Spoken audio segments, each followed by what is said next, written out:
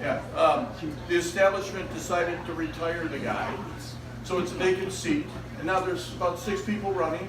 I'll be the only Republican on the ballot again, if we look at voting record anyway. But anyway, I did want to say, more importantly is, Dennis, it's, you know, it's a tradition, if I'm going to run for a race, I gotta come here and announce first, right? Absolutely. Okay, so there it is. I appreciate all your support. Go on Facebook, tell everybody about what we did, accomplished in Washington. You know, I know everybody says, well, you should have did this, you should have did this. Listen, there's 1,000 issues out there. I need to focus on the issues that we did, or the things we did accomplish. And it's a 100% rating from the Citizens Council Against Government Waste. We got a 93% conservative rating overall. Second most transparent member of Congress. Somebody asked me, what are you going to do when you get back? I'm going to improve that score. What do you think? All right. Well, anyway, God bless you, and especially you, sir. We're going to miss you. All right? Everybody get in? No, I want to hug. This guy started his political intrusiveness, which when you get good conservatism in Washington, that's what it is. Yeah, thank you. He started right out here in this parking lot on the night that we protested Planned Parenthood with Reverend Levon Ewell, and we had a rally out here. And one of the best things I'm proud of being a part of is that night, because now Planned Parenthood has abandoned that building, and the Family Life Center has taken that building over. It supports. This is when Kerry started. Yeah, I got to say something else. You know, sometimes you get frustrated, you're not sure. I know, I've been there, right? Frustrated, so they come in with all that money. But you know what? It's that perseverance. It's that staying, knowing when you're right, you're going to do the right thing.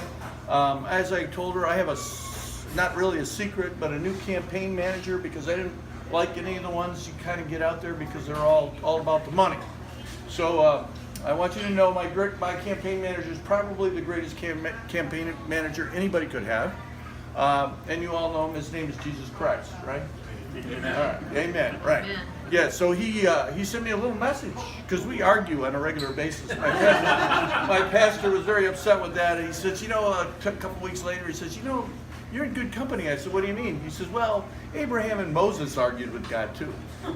So, and what it is I kept praying for this. I did. I said, what am I going to do? I mean, everybody says they send you home, right? They send you home.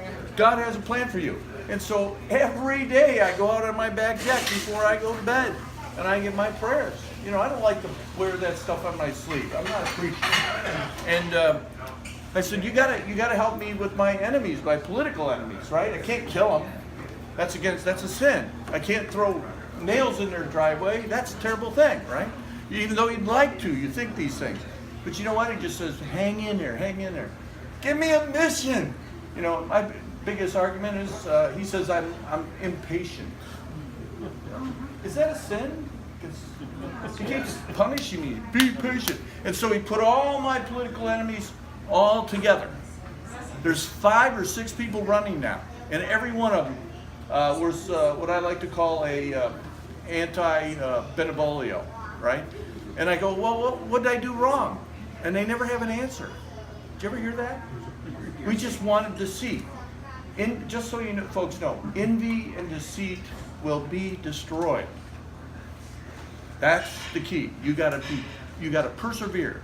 You gotta keep getting out there. If you know you're right to life, you know, eliminating government waste and abuse, lower taxes, putting money in your pocket. That's what it's all about. You know, getting rid of those smart meters. You know, what is this? The DTE, you talked about this, right? DTE goes out there, and if you don't want a smart meter, they cut off your power. We just got the letter today. Today we got the letter. If you have to use intimidation to get your way, you know they're wrong. Because good Christians don't use intimidation today. We don't. We just try to persuade you, don't we? That's how it's done. So we can always tell. So anyway, God bless you. Thank you very much. And Dennis, I'm sorry to talk so much. I only want to talk 2 minutes.